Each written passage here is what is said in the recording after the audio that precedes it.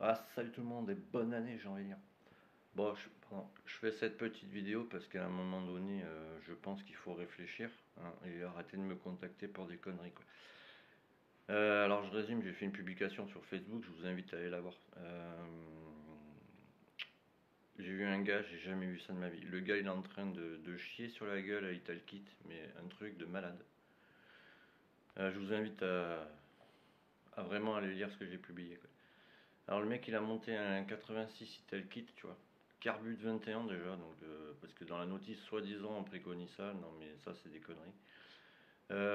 Squish pardon à 0,75 donc avec l'écrasement, ce qu'on appelle l'écrasement en fait c'est quand tu montes ton joint, tu vois.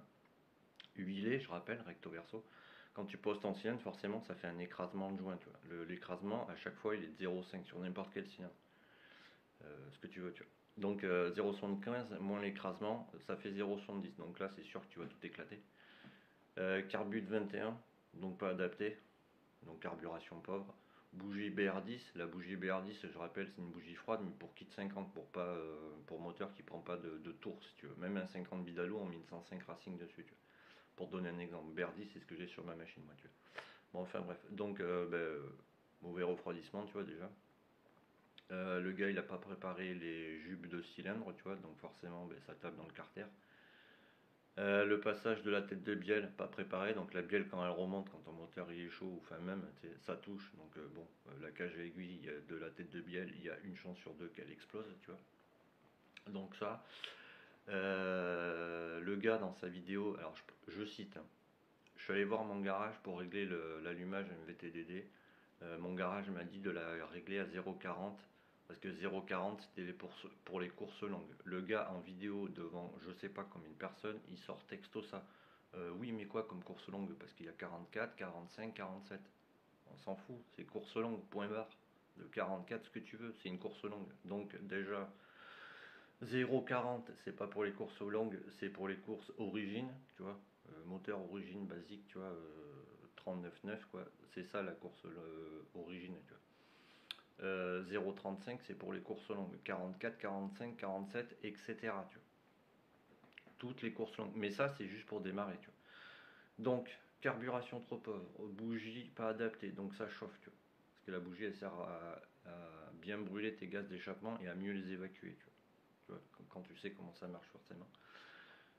Donc carburation trop pauvre, bougie pas adaptée, donc moteur qui chauffe, pas de préparation, même légère, tu vois, t'es pas obligé d'ouvrir tout comme un salopard, mais bon, minimum, tu vois. Minimum syndical comme on dit.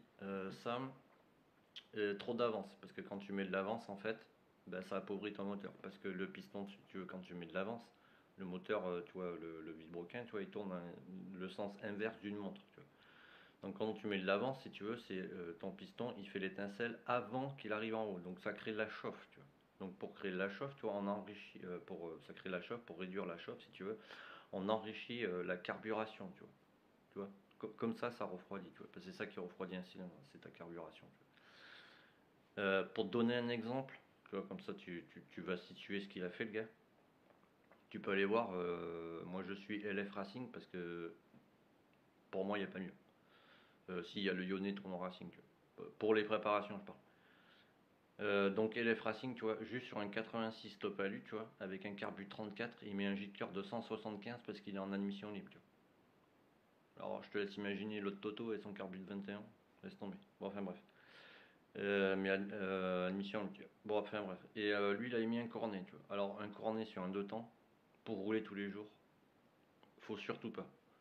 Pourquoi? Parce qu'un cornet, ça, bon, ça filtre l'air si tu veux, mais ça a une petite réserve d'air. Donc, qui dit petite réserve d'air, vu que l'apport d'air doit toujours être plus important que l'apport d'essence, pour que ça marche si tu veux, pour que ta moto elle réagisse bien quand tu accélères, etc. Forcément, si tu mets un cornet, tu vois, tu auras des petits gicleurs. Tu vois. Bon, lui, il a mis un 21, donc je te laisse imaginer le moteur comment il était pauvre.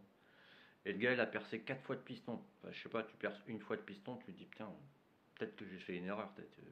Bon, voilà. 70 km le kit, donc je te laisse imaginer. Tu vois. Donc, en compétition, pourquoi on met de l'avance? Pourquoi on met des cornets? Parce qu'il faut que tu fasses départ A, arrivée à B sur 100 mètres, tu vois, voire un peu plus, tu vois. Donc il faut que la machine elle soit pauvre pour qu'elle envoie de la braise sur pas loin. Tu vois. Mais chaque fin de session, c'est-à-dire chaque fin de week-end de compétition, les moteurs sont démontés. Un piston fait le week-end. Tu vois. Pourquoi? Parce que c'est pauvre, le moteur, tu lui en mets plein la tronche. Tu vois. Mais pour rouler tous les jours, le mieux à faire, c'est de prendre une boîte à air, tu la vides et tu mets ton cornet dedans. C'est ce qu'on appelle une admission dynamique. C'est mieux, tu vois. Pourquoi? Parce que ton cornet, déjà, il est protégé, tu vois. Et dans la boîte à air, tu as toujours une petite réserve d'air. Et dans la boîte à air, l'air est toujours frais. Et après, si tu es encore plus maniaque, tes mises à l'air de carburateur, tu vois, tu les relis à ta boîte à air. Parce que les mises à l'air, en fait, si tu veux, ça sert à avoir dans l'air, tu as de la pression, tu vois. Et cette pression, en fait, elle est exercée sur ton carburateur, tu vois. Quand la pression d'air change, tu changes de gicleur. Ça, tu peux le faire, par exemple, tu t'en aperçois sur les carbus de 30, par exemple. Tu prends un 50 bidalo, tu mets un carbu de 30, bon, préparé. Tu mets un carbu de 30, tu vois, au moins de changement de temps, donc de température et du coup de pression d'air, il faudra que tu changes tes gicleurs, parce que ce sera pas la même pression. Pour pallier ce problème, les mises à l'air de carburateur, tu les relis à la boîte à air. Dans la boîte à air, tu as toujours la même pression. Tu vois. Et comme ça, tu changes pas de gicleur tous les 4 matins. Tu vois. Mais bon, voilà, bon, ça, t'es pas obligé de le faire, tu vois, le truc des mises à l'air, tu vois. Mais c'est conseillé, ou alors tu prends les mélangeurs, tu vois, Doppler, tu fais un trou sur le bouchon, tu vois, et tout ce qui est mis à l'air et le tuyau qui est sous la cuve, alors tout le monde appelle ça le trop-plein, mais c'est un tuyau de vidange en fait, de la cuve, ça tu le relis dans ton petit récipient, comme ça ton carbu il a toujours la même pression d'air, tu vois, dans la cuve. Voilà, mais sinon t'es pas obligé de le faire, moi je le conseille. Et si tu veux pas être emmerdé tous les jours, tu vois. Et si tu veux mettre un cornet, ben, tu le fous dans une boîte à air vide, tu vois. Comme ça il est protégé, tu vois. Et là ça marche, tu vois. Air frais, tu vois. Le temps ça a besoin d'air frais pour marcher, tu vois. Même sur une bagnole si tu veux, tu vois. Sur une bagnole tu mets un cornet juste sans boîte à air par exemple, ton cornet il va aspirer tout l'air chaud de ton moteur, tu vois. Donc il va moins bien marcher. Alors que si tu le mets dans une boîte à air, dans une boîte dynamique du coup, l'air qui va rentrer il va être refroidi, tu vois. Et du coup ça marche mieux, tu vois. Voilà.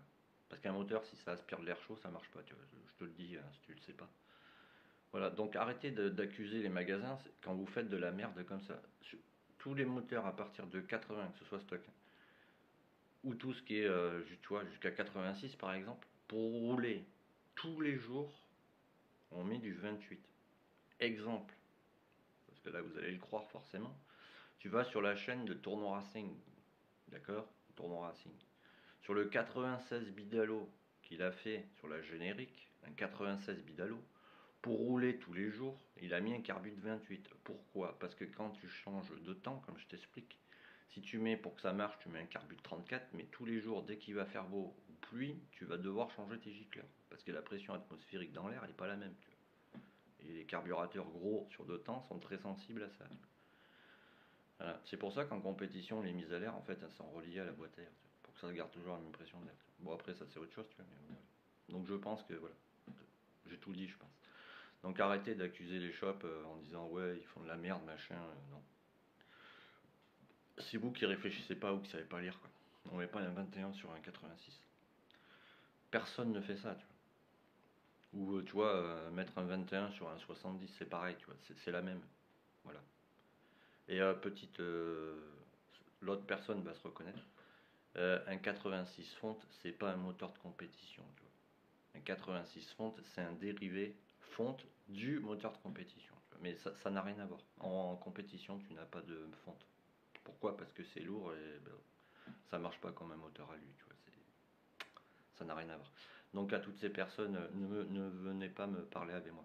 C'est pas la peine. Voilà. Sur ce, bonne année. Là j'ai commandé deux trucs en Allemagne. Le premier, je ferai un tuto dessus. Et le deuxième, ça va être pour les. Je sais qu'il y a des abonnés qui adorent cette marque sur la chaîne. Si tu veux, on va dire, c'est moi quand j'avais 14 ans, t'avais cette marque dans le quartier, t'étais le roi, quoi. Tu vois, on va dire, c'est l'équivalence de Poligny un peu. Tu vois. Mais cette marque, elle commence à être rare. Tu vois. Voilà. Donc ça, quand ça va arriver, alors c'est des. Bon, non, je vais pas te spoiler, je vais pas te le dire. Tu verras quand ça arrivera, je te montrerai. Tu vois. Mais il y en a, je sais qu'il y a des, comment on pourrait appeler ça, des fanatiques de cette marque sur la chaîne. Ah, vous allez bugger, les amis. Ah, ouais, j'en dis pas plus parce que sinon on va rester 3 heures. Donc arrêtez de faire de la merde. Ça me fera plaisir, ça m'évitera de réexpliquer 25 000 fois les mêmes choses. Allez, tchuss, et à bientôt les amis.